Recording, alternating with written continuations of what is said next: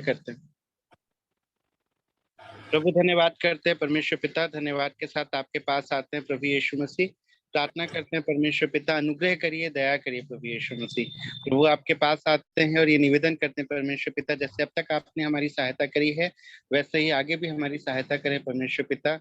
समझने में परमेश्वर पिता हम आपको समझ सकें, हम आपको जान सकें प्रभु यीशु मसीह, आप में और बढ़ सकें, आप में और उन्नति कर सकें प्रभु। प्रार्थना करते हैं हम सबों को प्रभु, जिस इस क्लास जो भी इस क्लास से जुड़े हुए हैं, समझ दीजिए परमेश्वर पिता कि भैया जो भी हमें समझाएं प्रभु यीशु मसीह, हम बेहतर तरीके से, अच्छी तरीके से वो समझ सकें प्रभु यीशु मसीह जो आप हमें सिखाना चाहते हैं प्रभु। भैया को भी आपके हाथों में सौंपते हैं, इन्हें भी परमेश्वर पिता और अच्छी तरीके से समझाइए प्रभु, ताकि और बेहतर तरीके से हमें सिखा सकें, उस सब चीजों में आपके नाम को महिमा दे सकें। और साथ ही निवेदन विशेष तौर पर दुआ करते हैं प्रभु यीशु मसीह, हम सब परमेश्वर पिता जो कुछ भी सीखें वो यूं ही बेकार अपने अपने अंदर रखे ना रहें, वरन प्रभु यीशु मसीह इसे दूसरों में बांट भी सकें प्रभु यीशु मसीह, और अपने व्यवहारिक जिंदगी में इसका इस्तेमाल कर सकें प्रभु यीशु मसीह। हम सबों के साथ होइए और हमारी अगुवाई करिए, यीशु मसीह के नाम में मांग लेते हैं, आमीन। आमीन। Alright, thank you very much for joining in. एक बार फिर से आज शाम को आप सब लोगों को big welcome. Thank you very much Lavkush भाई फॉर ज्वाइनिंग इन। मैं विश्वास करता हूं कि जब हमने आज खुदा के कलाम के चौखट बैठे हैं, परमेश्वर तैयार है हमसे बात करने के लिए। जितनी इच्छा से आप ज्वाइन इन करते हैं ना कि टाइम हो गया है, चलो हम क्लास अटेंड करेंगे, हम शामिल होंगे, we will study the word, मैं विश्वास करता हूं उतनी ही इच्छा और खुशी के साथ पवित्र आत्मा भी मुझे और आपको वेलकम करता है। He waits, he longs to meet us. और मेरी दुआ यह है जब हम खुदा के कलाम में जा रहे हैं तो खुदा का कलाम हमारे अंदर जाए, हमसे बात कर सके। आज मैं चाहता हूं आपके साथ मैं आपके साथ अय्यूब किताब तो खत्म हो गई ना, मैं आपके साथ उत्पत्ति की किताब से उसके आखिरी कैरेक्टर को हम लोग जिसको शेयर करेंगे, वेरी इंपॉर्टेंट, वेरी वैल्यूएबल, और जिसे आप अच्छी तरह से जानते हैं, यूसुफ, जोसेफ। हम लोग जोसेफ के बारे में बात करेंगे, जो पुराने नियम का एक बहुत इंपॉर्टेंट कैरेक्टर है। सो आज हम देखेंगे यूसुफ के जीवन और मसीह यीशु के जीवन में समानताएं। बाइबल में बहुत से लोग हैं जिनका नाम यूसुफ रहा, पर तीन प्रमुख हैं, three Joseph that are found the Bible. पहला तो यूसुफ जो मिस्र में था, सपना देखने वाला, और जो उत्पत्ति किताब में पाया जाता है। और फिर हम देखते हैं वो यूसुफ जो यीशु मसीह के पिता थे, या यूं कहिए मरियम के हस्बैंड थे। Jesus was not born out of relationship of Mary and Joseph, but still Joseph was known to be his father. और तीसरी चीज जो हम तीसरा यूसुफ जो हम देखते हैं वो है यूसुफ जो अरमतिया का था, जिसने यीशु मसीह को अपनी कब्र दी थी। याद है ना आपको, अरमतिया का यूसुफ।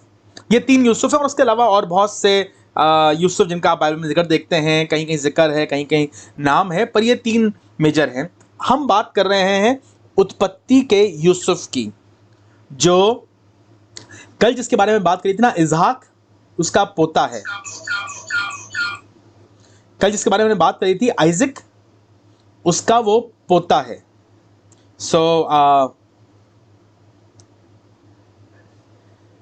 अब्राहम का बेटा इसहाक, इसहाक का बेटा याकूब, और याकूब का 11वां बेटा यूसुफ। आज हम उसके बारे में बात करेंगे, और यूसुफ के जीवन से यीशु मसीह को, या यीशु मसीह के कैरेक्टर को देखने की कोशिश करेंगे।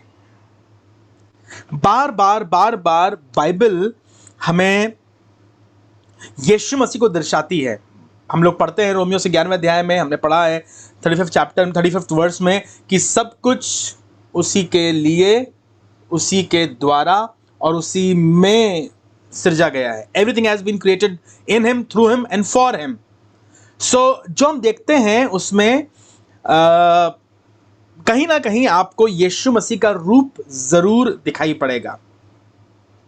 आई will encourage you, next week हम लोग बुक ऑफ एक्सोडस शुरू करेंगे। अगर आप चाहें तो आप अपने घर में अपनी स्टडी में एक्सोडस की किताब शुरू कर दीजिए और आप इससे पहले कि हम वहां पहुंचे अगले हफ्ते आपको यीशु मसीह अपने आप दिखाई पड़ने लगेगा। So it will be great. Thank you very much for joining in. आज हम लोग बात करेंगे यूसुफ की। बड़ा इंपॉर्टेंट है, यूसुफ का जो नाम है ये अपने आप में बहुत इंटरेस्टिंग है। पहली बात तो हम अंग्रेजी में जोसेफ बोलते हैं पर हिंदी में यूसुफ बोलते हैं। यूसुफ इब्रानी भाषा में से बोलते हैं योसेफ। योसेफ, या में ओ की मात्रा, सा में ए की मात्रा और फा, योसेफ। बहुत से नाम जो हिंदी में हैं वो ज्यादा करीब हैं इब्रानी भाषा से बनिस्बत इंग्लिश के, क्योंकि कुछ कुछ डिफरेंस होता है जो हम we are unable to understand या we don't have the right pronunciation for that. जैसे जीसस बोलते हैं, जीसस, पर सही शब्द जो है हिब्रू लैंग्वेज वो है याशुआ। याशुआ, हिंदी में यीशु। सो कई जगह पर क्योंकि वो राइट वर्ड नहीं है, या कोई अल्फाबेट नहीं है, जैसे हमारे पास हिंदी में या है, हिब्रू में या है, बट इंग्लिश लैंग्वेज में या नहीं होता है। इंग्लिश में या है तो YA है। There is no particular alphabet for that. So इसलिए मुश्किल होती है और उसका प्रोनाउंसिएशन थोड़ा बहुत चेंज जाता है। पर जो इब्रानी भाषा में शब्द है वो है योसेफ। योसेफ, उसका मतलब होता है इंक्रीज, यहोवा बढ़ाए। God will add, He will add, increase, addition। और यूसुफ की जिंदगी इस बात की सच्ची गवाही है कि खुदा ने उसे बढ़ाया। God gave him increase। मालूम कहां? दुष्ट भाइयों के बीच में खुदा ने उसे बढ़ाया। गड्ढे में डाल दिया, गड्ढे से निकालकर बेच दिया, जेलखाने में डाल दिया, खुदा ने उसे बढ़ाया। यार, एक आदमी जिसकी लाइफ डिक्लाइन पर है, सब कुछ खराब हो रहा है, सब कुछ बिगड़ रहा है, पर आसमाना खुदा उसके नाम को यूसुफ इसलिए रखता है ताकि सारी दुनिया जान सके कि मैं वो हूं जो गड्ढे से निकाल करके गद्दी पर बैठाने वाला परमेश्वर हूं। I am a God who can take you from the pit to the palace, from the prison into the palace। So ये वो परमेश्वर है जो यूसुफ के जीवन से मुझे और आपको आशीष दे रहा है। So we'll talk about Joseph.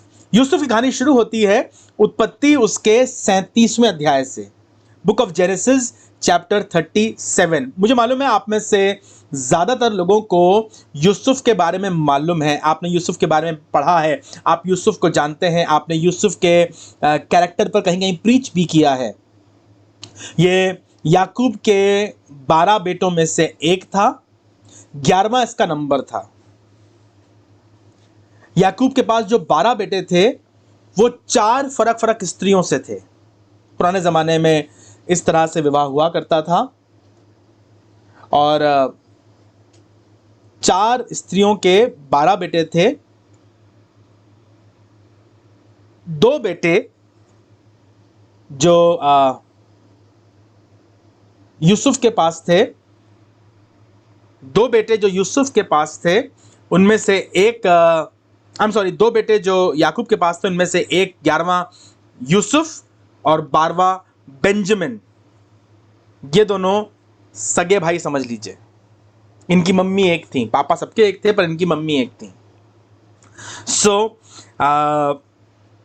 Bible में बताती है, उत्पत्ति किताब बताया मैंने आपको सीड बुक है। ध्यान सुनिएगा, book of genesis is the seed book. जो उत्पत्ति किताब है वो प्रारंभिक पुस्तक होने के कारण एक बीज के समान है। बाइबल की बहुत सी कहानियां, बाइबल की बहुत सी शिक्षाएं, बाइबल के बहुत से important understandings they are birthed और they are born in the book of Genesis. उत्पत्ति की किताब में कहानियां शुरू होती हैं। कमाल की बात यह है, उत्पत्ति की किताब शुरू होती है एक भाई मार डाला गया। उत्पत्ति की किताब शुरू होती है, एक भाई मार डाला गया। उत्पत्ति किताब खत्म होती है, एक भाई जो करीब करीब मार डाला गया अपने भाइयों के द्वारा, अपने भाइयों को माफ कर देता है। समझ में आया? कैन और हाबिल। कैन ने अपने भाई हाबिल को मार दिया। पर पूरे 50 अध्याय हम देखते हैं इस किताब में लड़ाई चलती रही, और आखिर में हम देखते हैं, बिल्कुल जो लास्ट चैप्टर है, हम देखते हैं उसमें कि इस भाई ने, जिसका नाम यूसुफ है, अपने भाइयों को जो उसे मार डालना चाहते थे, उसके लिए सब कुछ बुरा कर दिया था, वो अपने भाइयों को माफ कर देता है। याद है आपको उत्पत्ति 3 अध्याय उसका 15वां पद बड़ा इंपॉर्टेंट है। मैं इसको बार बार कोट करता हूं, और इसलिए कहता हूं क्योंकि ये बाइबल का पहला सुसमाचार है। This is called the proto evangelistic verse. आप कहीं लिख लीजिए, this is called Genesis chapter 3 verse 15 is called the proto evangelistic verse. सुसमाचार प्रचार का आरंभ यहां से होता है। Thank you Nisha. मैं तेरे और इस स्त्री के बीच, तेरे वंश और इस स्त्री के वंश के बीच बैर उत्पन्न करूंगा। The seed of the woman and the seed of the serpent will be in enmity. बिल्कुल सही, ये यीशु मसीह का पहला वर्णन था। सो अब हम इसको दिमाग में रख करके स्त्री का वंश और सर्प का वंश, इनके बीच में दुश्मनी हो गई। उत्पत्ति उसके 3 अध्याय उसके 15वें पद में हमने ये सुना, पर हम पूरी उत्पत्ति किताब में देखते हैं कैन, जो इस समय सर्प का वंश दिखाई पड़ता है, हाबिल के खिलाफ काम करता है। बात समझ में आ रही है? परमेश्वर की संतान या उस स्त्री के संतान और शैतान के संतान के बीच युद्ध चल रहा है। कैन हाबिल को मार देता है। इसहाक और इश्माइल जो अब्राहम से उत्पन्न हुए, कल हमने इनके बारे में बात करी, पर पूरी कहानी में हम देखते हैं इश्माइल जो है वो इसहाक का मजाक बनाता रहता है, उसे ठट्टो मनाता रहता है। समझ में आ रही है बात? जो इश्माइल है वो हर समय इसहाक का मजाक बनाता रहता है। आगे कहानी चलती है, एसाव अपने भाई को करीब करीब मार ही डालता है। एसाव का भाई याकूब था। याकूब अपने भाई को धोखा दे करके उसके पलौटे होने का हक लेकर भाग गया, तो 400 लोगों को ले करके वो उसके मिलने गया था। उसको लगा तो ये मुझे मार ही डालेगा। उससे पहले भी क्योंकि पापा जिंदा थे, इसहाक जिंदा थे, इसलिए एसाव ने कुछ नहीं किया, पर एसाव ताक में था, मौका मिलेगा तो हम इसका काम लगा देंगे। ये पूरी कहानी ऐसे ही चल रही है।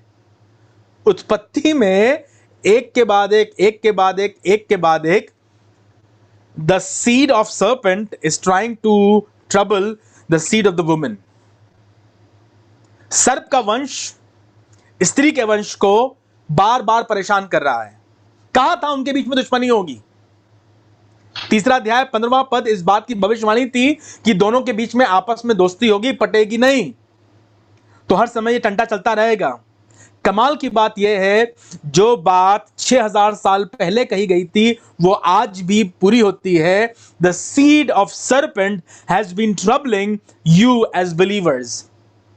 जो आप परमेश्वर की संतान हैं, स्त्री का वंश हैं, आज भी दुष्ट लोग धर्मियों पर अक्सर परेशानी, परसिक्यूशन, ट्रबल लेकर आते रहते हैं। और मैं सिर्फ चर्च बिगाड़ने की बात नहीं कर रहा हूं, पर्सनली आपकी बात कर रहा हूं, अपनी बात कर रहा हूं। Every Christian had to go through persecution, क्योंकि आपने यीशु मसीह को ग्रहण कर लिया, अपने खानदान से अकेले ग्रहण कर लिया, आपके अपने घर के लोग दुश्मन हो गए। क्यों? अभी तक तो आप घर के लाडले थे, बहुत प्यारे थे, अब क्या हो गया? अरे ये 3:15 है। उत्पत्ति 3:15 बताया गया था कि the seed of the serpent will always be against the seed of the woman. हमने क्या बुरा किया है? हमने तो किसी की बुराई नहीं करी, हम तो गाली बकना भी बंद कर दिया है। पर जैसे ही आप सच्चाई की राह पे चलना शुरू करते हैं। जैसे ही आप शराफत की राह पकड़ते हैं तो आपको लगता है हम शरीफ क्या हुए, पूरा जमाना ही बदमाश हो गया, है ना। So you will come across situations like this where you would see, जब मैं प्रभु के पास अपने जीवन को लेके आता हूं, अपने बच्चों को लेके आता हूं, गाली बकना बंद कर देता हूं, झूठ बोलना बंद कर देता हूं, अब चोरी नहीं करता हूं, अब छीनता नहीं हूं, झगड़ा नहीं करता हूं, तो लोग मेरे खिलाफ हो जाते हैं। नहीं हुआ ऐसा पौलुस के साथ? आज तक उससे सब लोग डर रहे हैं, कांप रहे हैं, थरथरा रहे हैं। भाई ने हथियार चलाना क्या छोड़ दिए, लोगों को लगा ये, बता ही रहा हूं आपको, every time you would see in this story throughout the book of Genesis, the seed of the serpent is in enmity with the seed of the woman. So every time you read the word, हर बार आप खुदा कलाम पढ़ेंगे आपको दिखाई पड़ेगा। Can ने हाबिल को मार दिया, इस्माइल ने इजाक का मजाक बनाया, एसाव याकूब को मारने के पीछे पड़ा हुआ था, यूसुफ के भाइयों ने उसे बेच दिया। पर धन्यवाद, परमेश्वर हर बार अपने लोगों के लिए खड़ा होता है। यूसुफ और यीशु में एक बड़ी खास सिमिलैरिटी है। जो लोग बाइबल पढ़ते हैं उन्हें मालूम है यूसुफ ने क्या काम किया।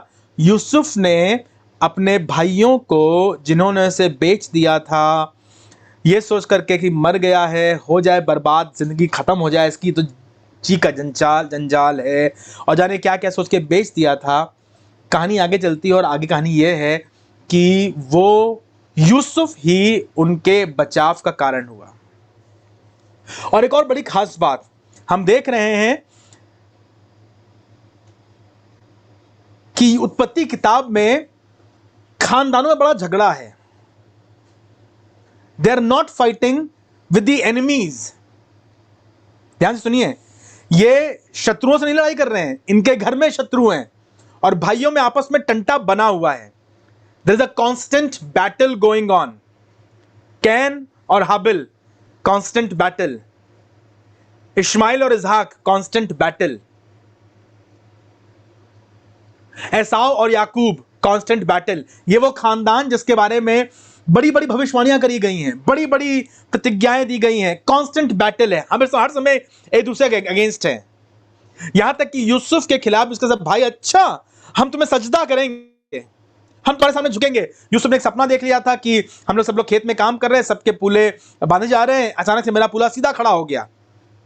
My sheaf was standing up straight, और बाकी सबके पूले मुझे झुक के दंडवत कर रहे हैं। अच्छा हीरो हो तुम, दिमाग तुम्हारा खराब है, हम तुम्हारे सामने झुकेंगे, तुम्हें दंडवत करेंगे। बताते हैं तुम्हें, अभी 2 घंटा शायद उसी वक्त लगाए होंगे उसको। पर यूसुफ भी अजीब है, सपना दूसरा देखा। क्या हुआ कि आकाश के तारागण, सूरज, चांद, सितारे सब मुझे झुक के दंडवत कर रहे हैं। उसके बाप ने कहा अच्छा, जब तक पूले की बात थी तो कोई बात नहीं, खाई भाइयों की बात हो रही है, अब तो तुम्हारी हद इतनी हो गई, तुम कह रहे हो कि पापा और मम्मी भी, चांद, सूरज और चांद भी दंडवत करेंगे तुम्हें, हम भी तुम्हें दंडवत करेंगे और सब तारे तुम्हें झुक के सलाम करेंगे। इन सब बातों के बाद भी पापा ने डांटा वाटा, पर लिखा हुआ है याकूब इस बात को अपने दिल में रखे रहा कि जो सपना यूसुफ ने देखा है शायद ये खुदा की ओर से है। Joseph was dearly loved by his father.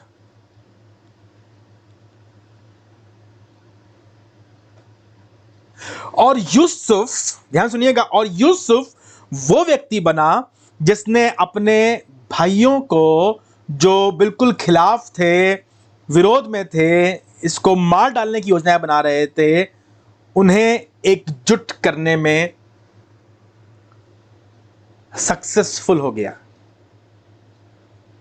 बात समझ में आई? जब ये लोग कनान में जाते हैं रोटी मांगने के लिए, कुछ नहीं होता है। इस बिखरे छितरे और झगड़ैल खानदान को यूसुफ ही है जो कहता है तुम सब आके रहो मेरे करीब। रिमेंबर, यूसुफ ने अपने सब भाइयों को अपने करीब बुला लिया। अभी तक सब भाई घुसू ढकेल रहे हैं, कोई किसी के साथ रहना नहीं चाहता है। कैन और हाबिल में झंझट हो गया, इस्माइल और इज़हाक में झंझट हो गया, एसाव और याकूब में झंझट हो गया। Separation was there, but now Joseph stands tall with a desire in his heart to bring them together.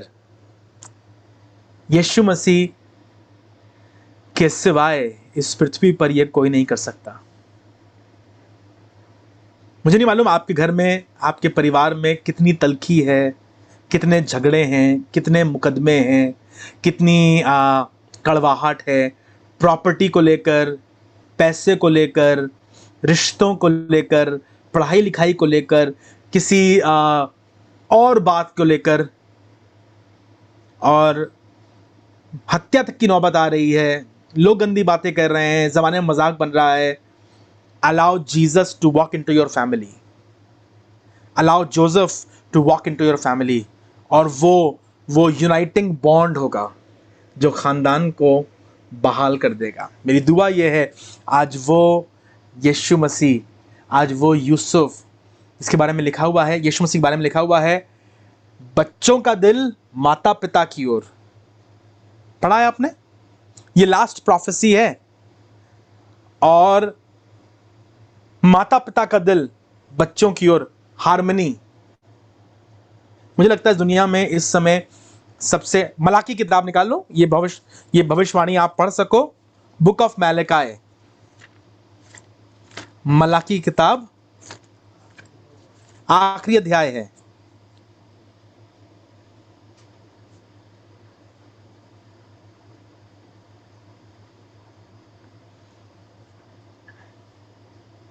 खत्म हो रहा है ओल्ड टेस्टमेंट इस आयत से, वेरी वेरी इंपॉर्टेंट स्क्रिप्चर। और वो माता पिता के मन को उनके पुत्रों की ओर, माता पिता के मन को उनके बच्चों की ओर, और पुत्रों के मन को उनके माता पिता की ओर फेरेगा, ऐसा ना हो कि मैं आकर पृथ्वी को सत्यानाश कर दूं। Jesus is trying or is wanting, the spirit of Jesus is not the spirit of division. वो खानदान को जोड़ रहा है, बहाल कर रहा है। जितना प्रेम आपके खानदान में, जितना प्यार आप में और आपके पापा में, आप में और आपके बच्चों में है, दुनिया में इतना प्यार दिखाई नहीं पड़ता है। परमेश्वर पिता इस बात की तमन्ना करता है, यीशु मसीह इसी मकसद से आया और यूसुफ ने करके दिखाया कि अपने घर को जोड़ सके। Uniting the family, bringing everybody together was the ministry of Joseph. आज मैं दुआ कर रहा हूं हर उस घर में जहां 2 भाई, 8 भाई, 2 बहनें, 4 बहनें, माता पिता बहुत तलखी में, कड़वाहट में जी रहे हैं, नशे के कारण, झूठ के कारण, पैसे के कारण, या किसी और रीजन के कारण, घमंड के कारण, खूबसूरती के कारण कड़वाहट है, तलखी है। पवित्र आत्मा तेरी सामर्थ से आज यीशु मसीह और उसकी शक्ति घरों को, खानदानों को बहाल कर दे। As we study Jesus and as we study Joseph and his ministry, let the hearts be united. जो कड़वाहट, तलखी, अकेलेपन में जी रहे हैं, वो गोशेन में आके रह सकें।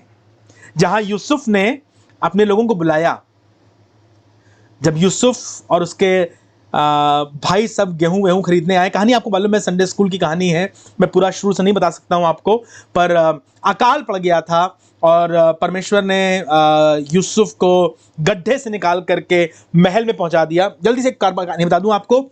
यूसुफ, उसके भाइयों ने, जिन लोगों को कहानी नहीं मालूम है, या जो those who don't know the story, quickly I would narrate the story for you in just couple minutes so that you understand, ताकि आप समझ सकें। यूसुफ एक छोटा लड़का था जिसके 11 भाई थे, जिसके 10 भाई थे। बिन्यामीन पैदा हो गया था, 11 भाई थे, यूसुफ का नंबर 11वां था।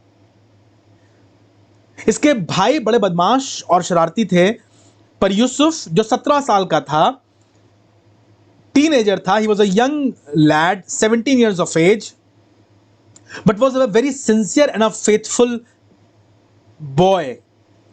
जब 17 साल की उम्र होती है ना, तो दिल में बहुत से अरमान होते हैं, हल्की हल्की मूछें निकलने लगती हैं, पापा का जूता पैर में हम ठुसाने लगते हैं, पापा की बाइक हमें मिल जाती है या हम चोरी करके कभी कभी चलाने लगते हैं। तो जब 17 की उम्र होती है तो बड़ा खतरा होता है, क्योंकि लड़का उस स्थिति में होता है जहां उसके पंख निकल रहे होते हैं। He wants to explore the world for himself, और उसका दिमाग जो भी बहुत छोटा सा है उसे बताता है you are the best, you are the best, you are the best। अब नया नया उसने जिम जाना शुरू किया है, कभी भी सड़क पे चलता है तो परछाई में अपने बाल बनाता है,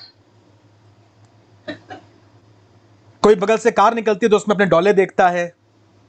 17 साल, कोई भी जा रही हो XYZ, दीपिका पादुकोण से लेकर ऐश्वर्या राय तक, उसे लगता है उसी को देख रही है। बेवकूफ लोग गाड़ी या बाइक अपने 2 पहिए पे चलाते हैं, जो 17 साल का जवान है उसे लगता है कि बाइक 1 पहिए पे चलती है तभी वो बाइक है ना? गलत कह रहा हूं? वो सब जो 17 साल से पार कर चुके हैं, आप समझते हैं the feeling. You are on the top of the world when you are utter foolish। ऐसे 17 सालों को देख करके मुझे हंसी भी आती है और तरस भी आता है। हंसी इसलिए आती है क्योंकि हम भी ऐसे ही थे, तरस इसलिए आता है कि बेचारा अभी समझ जाएगा। कोई बात नहीं। 17 साल की उम्र यूसुफ की, लेकिन यूसुफ 17 साल की उम्र में इतना सिंसियर था कि अपने भाइयों की बदमाशियों में शामिल नहीं होता था। अब क्योंकि वो भाइयों की बदमाशियों में शामिल नहीं होता है, तो इसलिए वो भाइयों की नजर में बुरा था, क्योंकि वो जाके पापा को बता देता, पापा आज ये लोग वहां लड़ाई कर रहे थे, पापा आज ये लोग वहां झंझट कर रहे थे, आज उन्होंने ऐसा किया, आज उन्होंने वैसा किया। तो ये अपने भाइयों की आंख की किरकिरी बना हुआ था।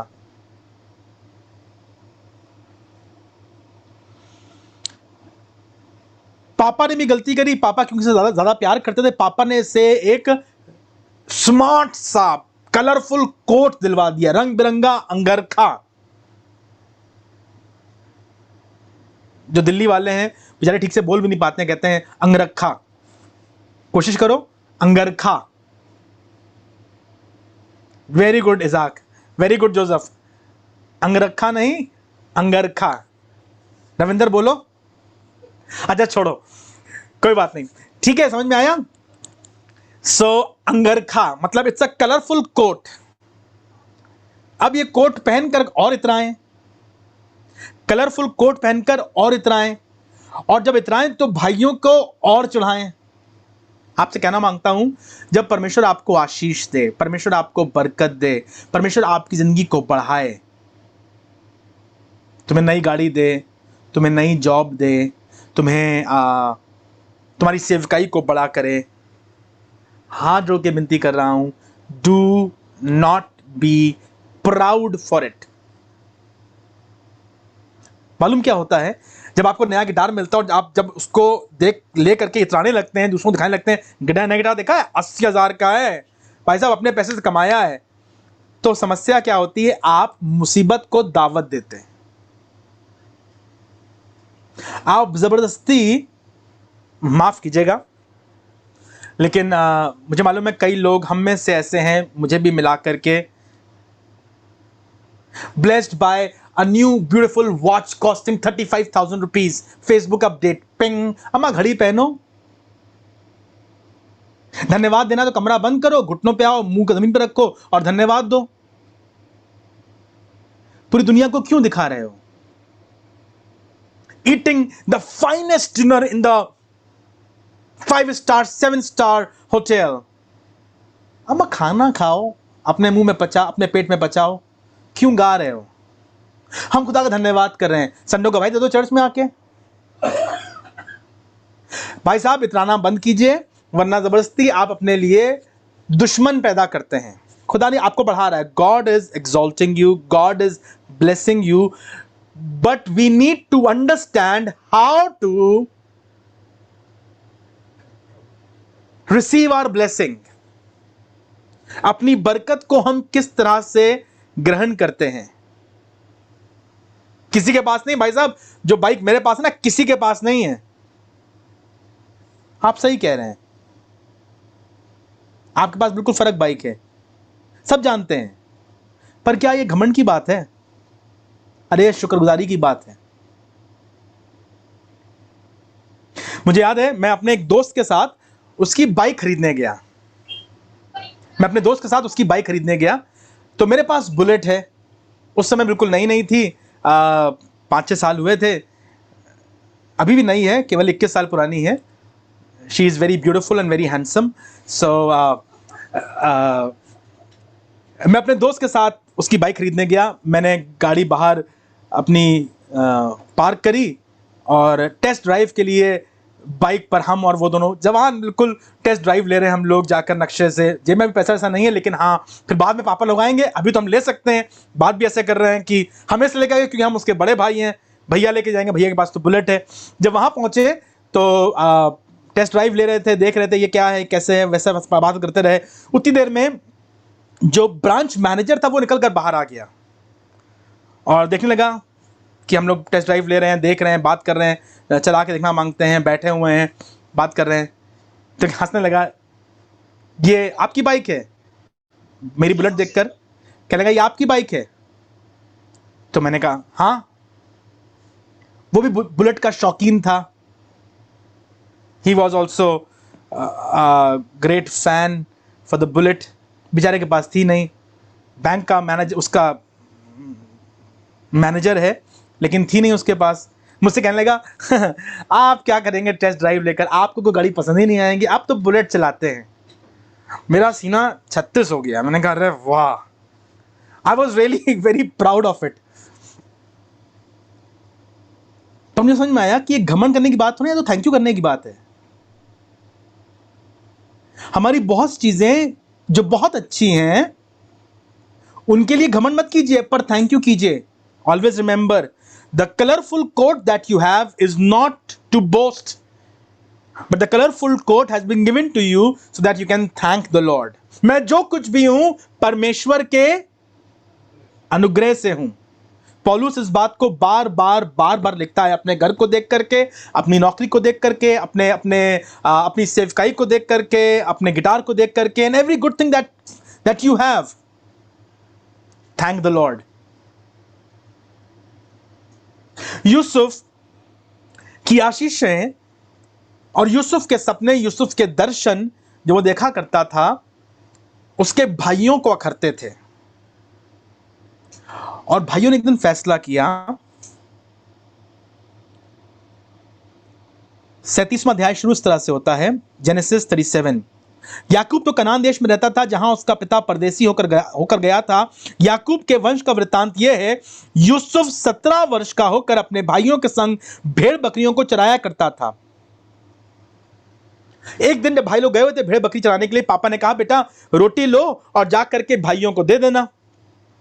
सो Joseph was heading to his brothers with some food, with some favour, with some blessings. पद 4। सो जब उसके भाइयों ने देखा कि हमारा पिता हम सब भाइयों से अधिक उसी से प्रीति रखता है, तब वे उससे बैर करने लगे और उसके साथ ठीक तौर से बात भी नहीं करते थे। आसान शब्दों में कहते हैं, इसके भाई इससे जलने लगे। His brothers were burning, नहीं सॉरी, were jealous। ठीक है, इसके भाई उससे जलने लगे।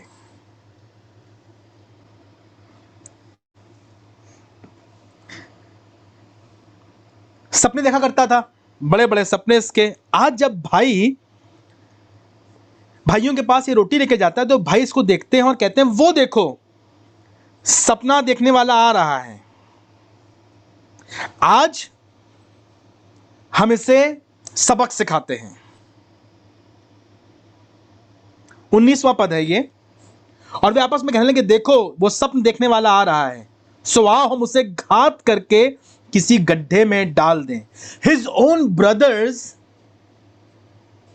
वर प्लॉटिंग अगेंस्ट हिम, और क्या करें, घात करके गड्ढे में डाल दें। उत्पत्ति की किताब में यह घात करके गड्ढे में डाल दें चला आ रहा है कैन के जमाने से। The seed of the serpent, घात करके डाल दें गड्ढे में। इसके अपने भाई प्लान बना रहे हैं, घात करके गड्ढे में डाल दें। रूबेन जो बड़ा था, उनके हाथ से बचाने की मनसा से कहने लगा, इसे मारो मत, इसका लहू मत बहाओ, इसे गड्ढे में डाल दो, अपनी मौत से मरे। बड़ा भाई था रूबेन, सबने उसकी बात मान ली और उसे उसका कोट उतार करके रंग बिरंगा उसे गड्ढे में डाल दिया। और कहने लगे, इसमें खून लगा के पापा से कहेंगे कि जंगली जानवर उसे कोई खा गया, हमारे पास तो पहुंचे ही नहीं वो। जब वो लोग उसे गड्ढे में डाल करके बेचारा चिल्लाता रहा, आप भैया बचा लो, भैया बचा लो, भैया ऐसा मत करो, ऐसा मत करो। जो रोटी लेके आया था वो रोटी उन्होंने खा ली। लिखा हुआ वहां पर, वहां बैठे रोटी खा रहे थे गड्ढे में डाल करके। क्या कमाल के भाई हैं। भाई रो रहा है और ये बैठे रोटी खा रहे हैं। 25वां पद, तब वे रोटी खाने को बैठे तो आंख उठाकर क्या देखा कि इश्माइलियों का एक दल ऊंटों पर सुगंध द्रव्य बलसान, business guys. Ishmaelites were big businessmen at that time. They were traveling and they were going out from that wilderness. उस जंगल में से, उस रेगिस्तान के हिस्से में से ये गुजर रहे थे। तो एक भाई जो थोड़ा सा इकोनॉमिक्स में अच्छा था, थोड़ा स्मार्ट था बिजनेस डीलिंग में, कहने लगा, यार ऐसे डालने से कोई फायदा नहीं, यहां मरवर जाएगा, इसको निकालो, निकाल के बेच देते हैं, इश्माइलियों के हाथ गुलाम बनाकर बेच देते हैं। 20 चांदी के सिक्के मिल जाएंगे हम लोगों को, क्या बुराई है। और सबके हिस्से में कितने आए, 2-2 सिक्के। 10 भाई थे, बेच देते हैं। बेंजामिन तो घर में था। 20 चांदी के सिक्के, सबके हिस्से में 2-2 चांदी के सिक्के। अगर यंग एज में कहीं से आपको पैसा मिल जाता है तो कितने सपने जाग जाते हैं ना। गलत कह रहा हूं? ये जो थोड़े से हैं पैसे, खर्च करूं तुझ पर मैं कैसे, अगर कहीं दुकान होती तो तारे ले आता। हम थोड़े से पैसे में सब बना लेते हैं। केवल अभी हाथ में कहीं से किसी तरह से बुआ ने, चाची ने आई गई थी, पैसे दिए थे, सब मिला करके 3000 रुपये हो गए। तो अब हमें लगता है 3000 में तो हमारा बर्थडे भी निकल जाएगा, क्रिसमस भी निकल जाएगा, वैलेंटाइंस डे भी निकल जाएगा, उसका बर्थडे भी निकल जाएगा। अरे 3000 रुपये हैं। फिर मालूम चलता है 3000 रुपये तो फुर्र से उड़ गए। 2 चांदी के सिक्के, सब लोग बड़े खुश। जो छुपा के रख लो, किसी को बताना नहीं, हमारे काम आएगा, पॉकेट मनी है ये। हमारा पॉकेट मनी नहीं है ये तो हत्या का पैसा है।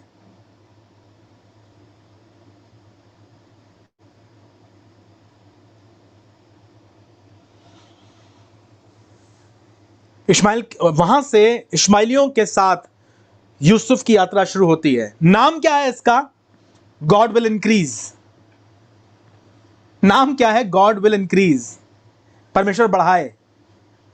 यहां तो भाइयों ने बढ़ा दिया, बढ़ो यहां से, अपने खानदान से बढ़ा दिया गुलामी करने के लिए।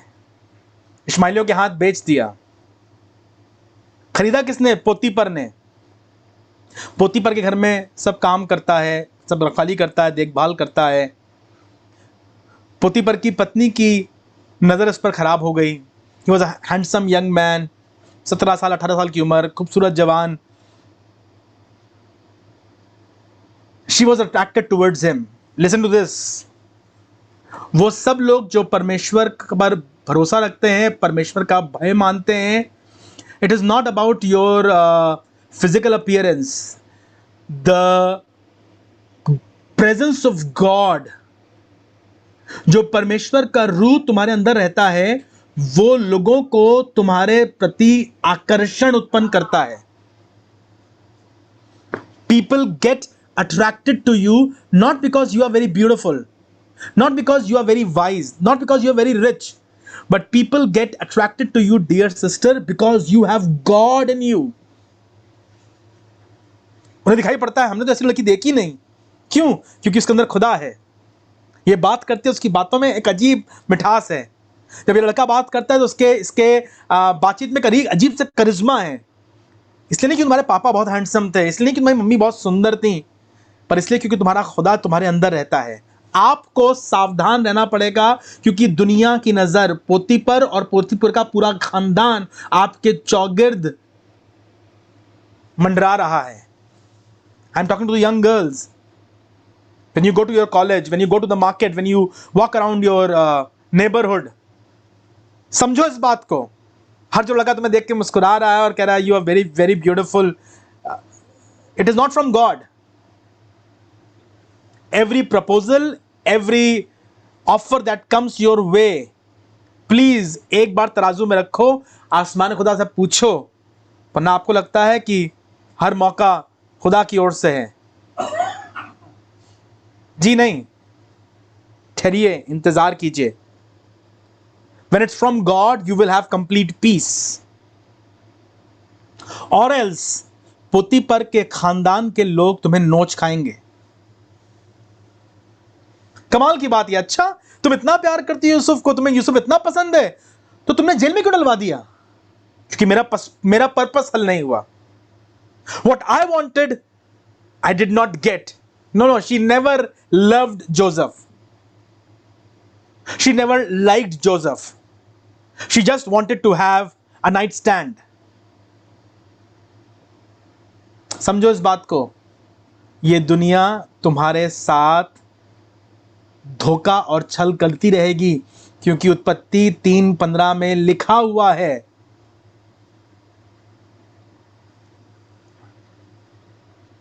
कि सांप का वंश स्त्री के वंश के पीछे पड़ा रहेगा। I am talking to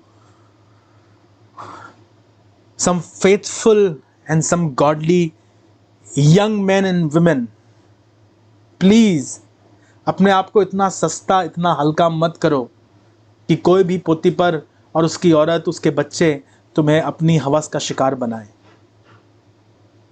Yusuf सब कुछ छोड़ छाड़ भाग गया।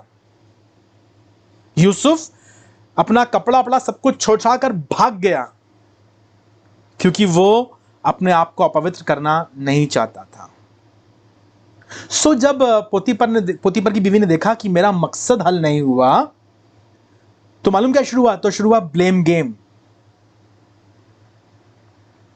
जो खुद कर रही थी या जो खुद करना चाहती थी, उसका इल्जाम, उसका ठीकरा फोड़ दिया यूसुफ के सर। उसका ठीकरा फोड़ दिया यूसुफ के सर। यूसुफ चले गए जेल खाने में। फिर चक्की पीसिंग होने लगा, बेचारे परेशान। पर कमाल की बात यह लिखी है कि आसमान का खुदा यूसुफ के साथ जेल खाने में भी था, and he became the favourite of the jailer. जो वहां का जेलर था, उसका ये फेवरेट हो गया। मतलब जेलर ने, भाई साहब ने इनके हाथ में चाबी रख दे दी, सब काम यूसुफ करते हैं। यूसुफ बन गए मुख्तार जेल में। मालूम क्यों? क्योंकि यूसुफ का नाम है इंक्रीज। भाई तू गड्ढे में रहेगा, तू तरक्की करेगा। तू पोतीपर के घर में रहेगा, तरक्की करेगा। तू जेल खाने में रहेगा, तरक्की करेगा। तू मिस्र में रहेगा, तरक्की करेगा, क्योंकि तेरा खुदा तेरे साथ है। बाबुल की ऊंची ऊंची दीवारें दानियल की तरक्की को रोक नहीं सकी। शेर की दहाड़ें दानियल की तरक्की को रोक नहीं सकी। जेल की सलाखें यूसुफ की तरक्की को रोक नहीं सकी। अपने आप को परमेश्वर के हाथ के नीचे दीनता से बने रहने दो, तो वो तुम्हें उचित समय पर, because nothing in this world can stop the blessings of God and the increase that comes from God if you stay in the course. फिर आपको कहानी आगे मालूम है, सपना अपना देखा गया। वहां एक बटलर था, एक पिलाने हारा था, और यूसुफ के साथ जेल खाने में थे। यूसुफ ने सपना देखा बटलर ने कि मेरे सर के ऊपर 3 टोकरियां रखी हुई हैं और तीसरी टोकरी से जो पक्षी हैं वो रोटी खा रहे हैं। यार ये क्या मतलब हुआ? यूसुफ के पास आया, कहने यूसुफ भाई मैंने एक सपना देखा है, मुझे मालूम चला तुम बड़े सपने अपने देखते हो। मेरे सपना एक अजीब सा है, मैंने सपना देखा और मैंने क्या देखा, मेरे सर के ऊपर 3 टोकरे रखे हैं, उनमें रोटियां रखी हैं और जो तीसरा टोकरा है आकाश के परिंदे उसकी रोटी खा रहे हैं। यूसुफ की आंख में आंसू था। यूसुफ ने कहा भाई ये सपना बड़ा खराब है। क्या क्या बताओ बताओ बताओ बताओ क्या है? आपको बड़ी मजा आती है ना सपना देख करके सपने का अर्थ पता करना। आप बताइए इसका क्या मतलब होता है, क्या अर्थ होता है? Not all dreams are very good. उसने कहा सपना यह है आज से 3 दिन बाद तेरा सर काट दिया जाएगा और तेरी लोथ आकाश के पक्षी खाएंगे। अरे बाप रे बाप, उसका दिल तो ऐसे ही बैठ गया। और ऐसा हुआ भी। तीसरे दिन फरमान आया इसकी गर्दन कलम कर दो, एंड ही डाइड। दूसरा सपना देखा और कहने लगा कि मैंने देखा है मैं राजा के सामने खड़े होकर वापस पिला रहा हूं। उसने कहा तू वापस, यू शैल बी रिस्टोर्ड। साकी पिलाने हारा, वापस नौकरी पे लग भी गया। उसने कहा यूसुफ ने जब तुम वापस चले जाना तो प्लीज मुझे याद रखना। हाँ हाँ बिल्कुल, अरे तुम्हारी बात हम कैसे भूल सकते, तुमने हमें बताया है। चला गया, सब भूल गया, नौकरी मस्त हो गया। फिर ऐसा हुआ कि वहां के फैरो ने एक सपना देखा और सपना क्या देखा कि 7 मोटी गाय पानी से निकली और उसके बाद 7 पतली पतली गाय निकली और पतली गाय मोटी गायों को खा गई। और राजा परेशान, ये कैसा सपना है, ये कैसा सपना है? उसको नींद ना आए, सबसे पूछवाया गया, पता किया गया, सब उनके नजूमी ज्ञानी आ गए, nobody was able to answer. तो साकी ने जो बगल में खड़ा होता था राजा के पिलाने, उसने कहा कि मालिक गुस्ताखी माफ, छोटा आदमी हूं, पर एक बात कहूं, जेल में एक लड़का है, कैद खाने में एक लड़का है और उसने जो हमारा पकाने आ रहा था उसका सपना बताया था, बिल्कुल सही हुआ। और उसने मेरा सपना भी बताया था, मेरा सपना भी सही हुआ। और देखिए मैं आज आपके सामने वापस हूं। मैं तो निर्दोष था लेकिन मेरे ऊपर इल्ज़ाम थे, पर मैं बच गया। अगर आप उससे बुला लें तो शायद आपके सपने का सही अर्थ मालूम चल जाए। राजा परेशान, उसने कहा बुलाओ उसे। जब उसे बुलाया गया तो यूसुफ कैदियों कपड़े पहने हुए निकल कर बाहर आया। यूसुफ ने उसका सपना बता दिया। 7 साल बहुत आशीष के होंगे, फलवंत होंगे, ब्लेसिंग्स के होंगे, पर 7 साल जो है बड़ी मुसीबत के, बड़ी तकलीफ के होंगे, सूखे के होंगे, अकाल के होंगे। अरे बाप रे बाप, अच्छा तो हम क्या करें? तो उसने कहा कि अरे बड़ा सरल है, जो 7 सुकाल हैं, जो 7 अच्छे साल हैं, जब बहुत फसल होगी, जब बहुत पैदावार होगी तो आप स्टोर कर लीजिए ताकि जब 7 कठिन साल हो तो हम आराम से पूरा कर सकें। अरे वाह अम्मा, तुम जेल खाने में कहां हो, तुम महल में हो हमारे, तुम्हारे सारे केस कैंसिल।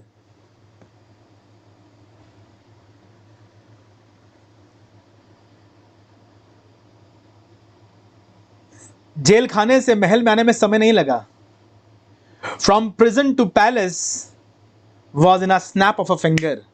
अगर आसमाना खुदा चाहेगा तो तुम्हें एक पल में तुम्हारी कैद से तुम्हारी कुवत में ले आएगा, एक पल में तुम्हारे प्रिजन से तुम्हारे पैलेस में ले आएगा। Stay faithful. जब उसका समय आ जाएगा ना तो कोई रोक नहीं पाएगा। उसने कहा हमें कौन ऐसा आदमी मिल सकता है जिसमें उत्तम आत्मा की, उसमें जिसमें उत्तम रूह हो। यूसुफ तेरे जैसा हमारे यहां कोई नहीं है। तूने सपना का अर्थ बताया है, तूने बताया हम क्या कर सकते हैं, अब तू ही इंचार्ज है इन 7 सालों में और तू ही उसे पूरा करेगा। 17 साल की उम्र थी, 17 साल की उम्र थी, 7 मुसीबत के साल, 7 अच्छे साल, फिर 7 मुसीबत के साल, 14। कितने साल का हो गया यूसुफ? लगभग 31। और बीच में कुछ और साल जब पोतीपर में घर में रहा, बर्तन मांजता रहा, चक्की चल पीसता रहा जेल खाने में, सब मिलाकर करीब 40 साल की उम्र में अब वो ऊंचे पर है। At the age of 30 he was starting his second inning. 30वें साल में वो अपनी मिस्र में सेकेंड दर्जे का हाकिम बनकर अपनी बादशाही शुरू करता है। 30 साल की उम्र में वो मिस्र का प्रधानमंत्री बन जाता है। फिर कहानी आपको आगे मालूम है, बहुत कुछ होता है। मेरी दुआ यह है कि काश मैं आपके साथ पूरा बांट सकता, पर मैं जल्दी से चाहता हूं यीशु मसीह और यूसुफ को आपके साथ मिला सकूं ताकि आप लिख सकें। अगर आप लिख रहे हैं तो जरूर से लिखिएगा, there are some amazing similarities that Jesus and Joseph shared. The reason was पवित्र आत्मा हमें और आपको सदियों पहले से एक परछाई दिखा रहा था, यीशु मसीह को दर्शा रहा था, उसके चरित्र को दर्शा रहा था। सबसे पहली बात, ये दोनों लोग यूसुफ और Yeshu, they were the favourites of their father. Yusuf और यीशु दोनों अपने पिता के प्रिय थे। उत्पत्ति 37:3 में लिखा है, उसका पिता उसे बहुत प्यार करता था। यीशु मसीह के बारे में हम जानते हैं, वो परमेश्वर का एक लौता पुत्र था, and father loved him dearly.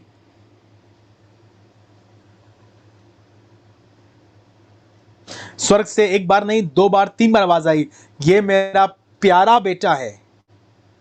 Remember, बपतिस्मा लेकर बाहर आया तो आवाज आई, on the mount of transfiguration फिर आवाज आई, ये मेरा प्यारा बेटा है, ही इज माई बिलवेड सन।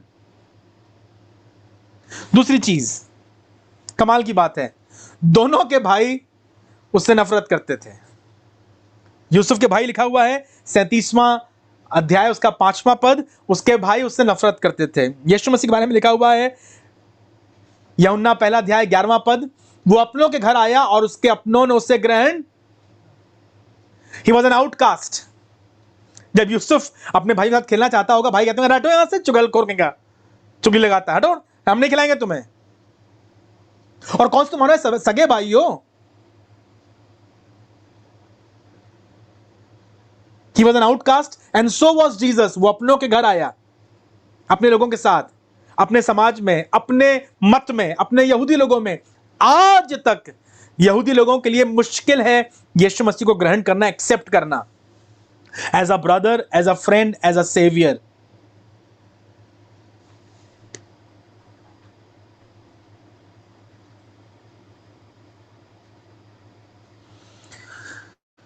सुनिएगा, दोनों को बेच दिया गया, दोनों को भाइयों ने बेच दिया, दुश्मनों ने नहीं, भाइयों ने। यूसुफ बिके 20 चांदी के सिक्कों में, 20 पीसेस ऑफ सिल्वर, अपने भाइयों ने बेच दिया इश्माइलियों के हाथ। मसीह यीशु को भी धोखा दिया गया, he was betrayed and sold, and so was Jesus, betrayed and sold for 30 pieces of silver। चांदी के 30 सिक्कों में, 20 सिक्कों में यूसुफ गए, 30 सिक्कों में यीशु मसीह बिक गए।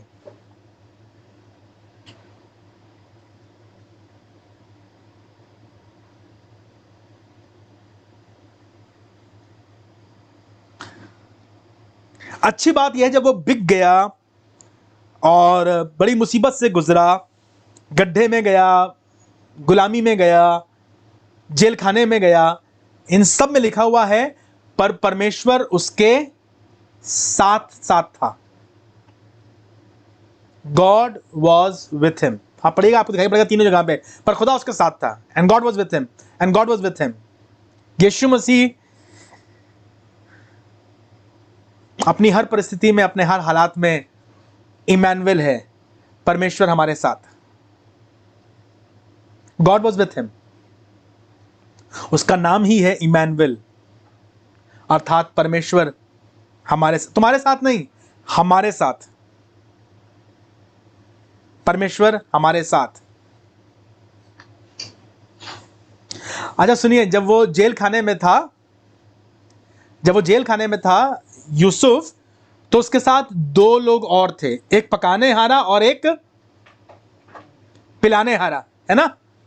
बताया हमने आपको, पकाने हारा पिलाने हारा। पकाने हारा पक गया, पिलाने हारा बच गया। पकाने हारा खत्म हो गया, मार दिया गया, सजा मिली। पिलाने हारा रेस्टोर कर दिया गया।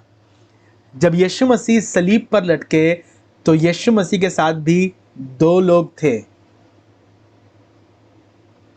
एक बच गया, जिससे यीशु मसीह ने कहा तू आज ही मेरे साथ स्वर्ग लोक में होगा, और दूसरा नरक गया।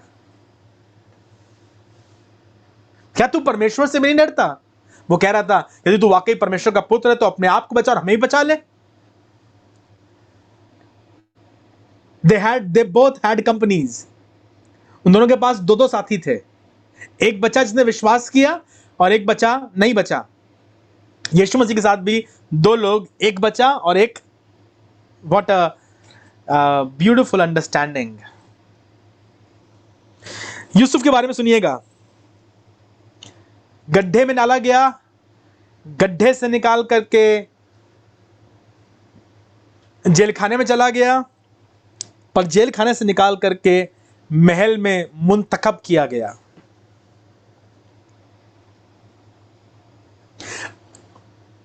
फिरौन के दाहिने हाथ।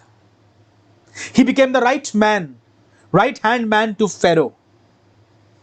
गड्ढे से कैद खाने में, कैद खाने से महल में, और फिरौन के दाहिने हाथ। प्रभु यीशु मसीह जमीन पर आए, जमीन पर हमारे लिए दुख उठाया, इस पृथ्वी पर रहे, वहां से मृत्यु अधोलोक में या नरक में चले गए, 3 दिन कब्र में रहे, नरक में उन्होंने प्रचार किया, फिर वहां से स्वर्ग उठा लिए गए, और पिता के दाहिने हाथ आज भी हमारे लिए शफात करते हैं। Joseph was the right hand man to pharaoh.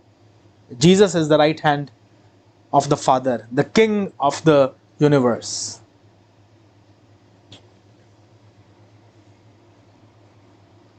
दोनों पर झूठा इल्जाम लगाया गया। Joseph was falsely accused। Mrs Potiphar ने उस पर झूठा इल्जाम लगाया और उसे जेल खाने में डलवा दिया। मिसेस पोतीपर ने झूठा इल्जाम लगाया जो उसने नहीं किया था, और उसे जेल खाने में डलवा दिया। महायाजकों ने, चीफ प्रीस्ट ने और फरीसियों ने यीशु मसीह पर झूठा इल्जाम लगाया और उसे जेल खाने में डलवा दिया। उन्हें कुछ मिला ही नहीं उस पर इल्जाम लगाने के लिए, तो वो ढूंढते रहे किसी तरह से इस पर इल्जाम लगा करके जेल खाने में डलवा दिया।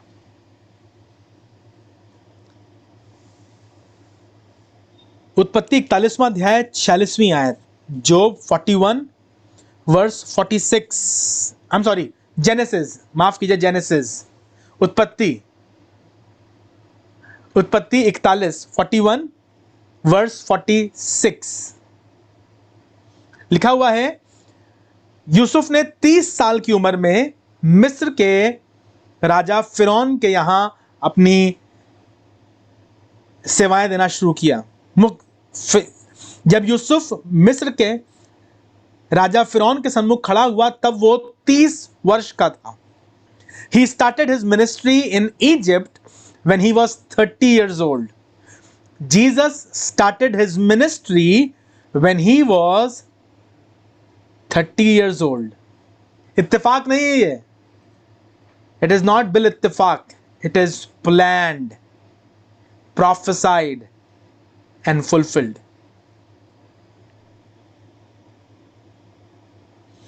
फिरौन के दाहिने हाथ खड़ा है, वो पिता के दाहिने हाथ खड़ा है।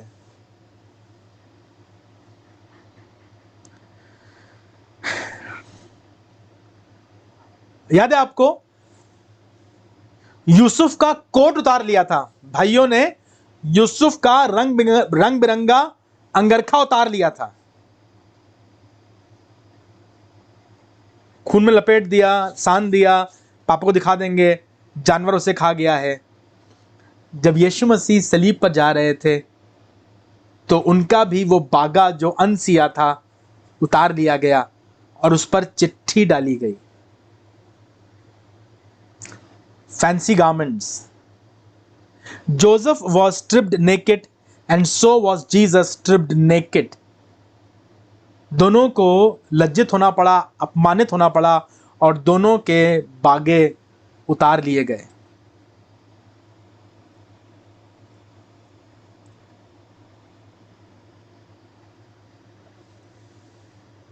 बहुत इंपॉर्टेंट है। यूसुफ ने उत्पत्ति 45वां अध्याय उसके 4 पद में जब उसके भाई राशन और अनाज लेने और खरीदने आए, अपने भाइयों को पहचान लिया। बड़ा ड्रामेटिक सिचुएशन थी। गेहूं लिया, चांदी का कटोरा उनके अंदर रख दिया, भेज दिया वापस, फिर लौट कर आए।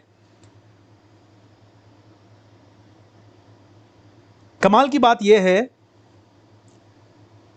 कि यूसुफ के भाई यूसुफ को पहचान नहीं पाए। The brothers of Jesus, the brothers of Joseph were unable to recognise him. और जब यीशु मसीह अपनों के घर आया तो यीशु मसीह को अपने नहीं पहचान पाए। चेले नहीं पहचान पाए, कहने लगा भूत है, भूत है, भूत है। पर अच्छी बात ये लिखी है 45:4 में कि यूसुफ ने अपने भाइयों को माफ कर दिया। जब भाई डर रहे थे, घबरा रहे थे, उन्हें मालूम चला अच्छा यूसुफ है, तब लिखा है यूसुफ चिल्ला चिल्ला कर, फूट फूट कर रोया और उनके गले लग गया। अपने भाइयों को उसने माफ कर दिया। यीशु मसीह के बारे में लिखा हुआ है जब वो सलीब पे था तो उसके मुंह से जो पहला कलमा निकला वो यही था, ऐ बाप इन्हें माफ कर। Father forgive them for they do not know what they do। कमाल है भाई साहब। पूरा का पूरा अंश दिखाई पड़ता है यूसुफ और यीशु। सबसे कमाल की बात, इनके अलावा बहुत से और सिमिलैरिटीज, और आप अगर ढूंढना चाहें, अंदर जाना मांगे तो आप ढूंढ सकते हैं। You will be amazed and baffled, surprise to see खुदा आपने क्या क्या समानताएं दी हैं। पर मैं ये आखिरी बता के खत्म करूंगा, फिर हम लोग दुआ करेंगे। उत्पत्ति 45:4 निकाल लो। उत्पत्ति उसका 45वां अध्याय उसका 4था पद निकाल लीजिए। यूं लिखा हुआ है, फिर यूसुफ ने अपने भाइयों से कहा मेरे निकट आओ। यह सुनकर वे उसके निकट गए। जिन भाइयों ने उसे दूर भगाया था, जिन भाइयों ने उसे निकाल दिया था, जिन भाइयों ने उसे ठुकरा दिया था, आज यूसुफ खड़े होकर के उन्हें अपने करीब बुला रहा है। यीशु मसीह खड़े हुए और कहने लगे, हे सब बोझ से दबे और थके लोगों मेरे पास आओ, मैं तुम्हें विश्राम दूंगा। यूसुफ अपने भाइयों से यही काम कर रहा है, यीशु मसीह हमसे यही काम कर रहा है। They are comforters. और यूसुफ अपने भाइयों को बुलाता है और इसी में लिखा हुआ 45वें अध्याय में 10वां पद, तेरा निवास गोशेन देश में होगा।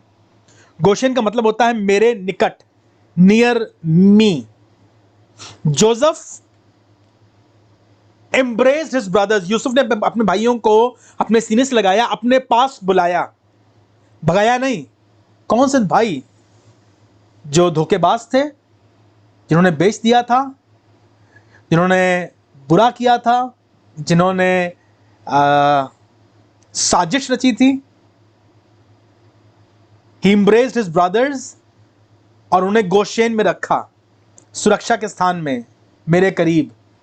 मैं धन्यवाद करता हूं मेरे मसीह ने, हम जो मसीह के बैरी थे, अपने लहू से धोकर हमें शुद्ध करके अपने पास रखा है। अपने करीब। What a beautiful picture. If you can see, may the Holy Spirit open your spiritual eyes. और ये सिर्फ कॉपी पर नहीं, पर हमारे दिलों पर लिखी गई किताब हो। मसीह का प्रेम, मसीह का अनुभव, मसीह का आत्मा जो यूसुफ के अंदर उस जमाने से लेकर आज तक काम कर रहा है, आपके अंदर और मेरे अंदर काम कर सके। मेरी दुआ यह है, जब पौलुस प्रार्थना करता और कहता ना, अंश अंश करके मैं मसीह के स्वरूप में बदलता जा रहा हूं। Let this be our prayer. अगर यूसुफ था, अगर इसहाक था, अगर नूह था, तो मैं भी, ये चेहरा नहीं बदलेगा मेरा, मेरे बाल लंबे नहीं हो जाएंगे, मेरी नाक यीशु मसीह तरह नहीं हो जाएगी। वो चरित्र की बात कर रहा है, वो सीरत की बात कर रहा है। काश वो मुझ में दिखाई पड़े, काश उसकी खूबी मुझ में हो। I just want to finish with this last verse. उत्पत्ति उसका 50वां अध्याय और उसकी 20वीं आयत।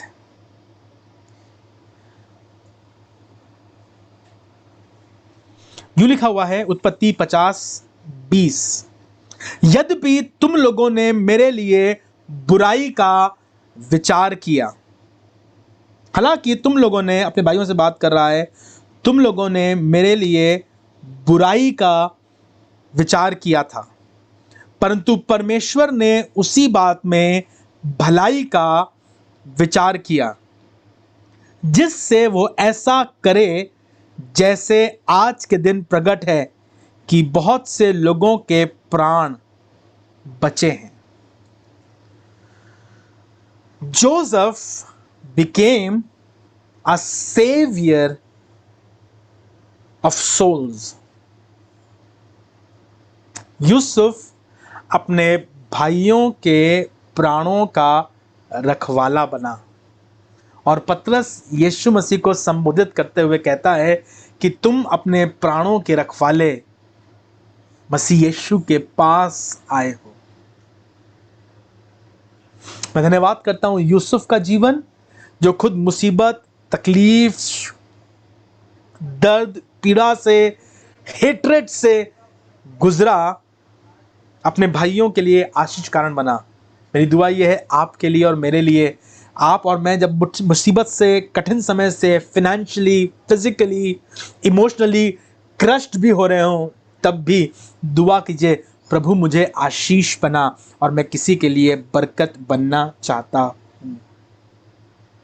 खुदावंद आपको बरकत दे, रूह पाक आपकी मदद करे। I am only talking to you in bits and pieces. मैं आपसे सिर्फ मुख्य लोगों की बात कर रहा हूं और कहानी आगे बढ़ा रहा हूं, क्योंकि इतना समय नहीं है। पर मैं ज़रूर से चाहूँगा कि आप खुद खुदा कलाम अपने लिए पढ़िए, और ये खुदा कलाम आपसे इस तरह से बात करेगा that you will be surprised and you will be grateful. और मेरी ये दुआ है कि अंश अंश करके हमारे चेहरे में मसीह यीशु दिखाई पड़ने लगे। प्रभु आपको आशीष दे। जय मसीह की। 1 मिनट होल्ड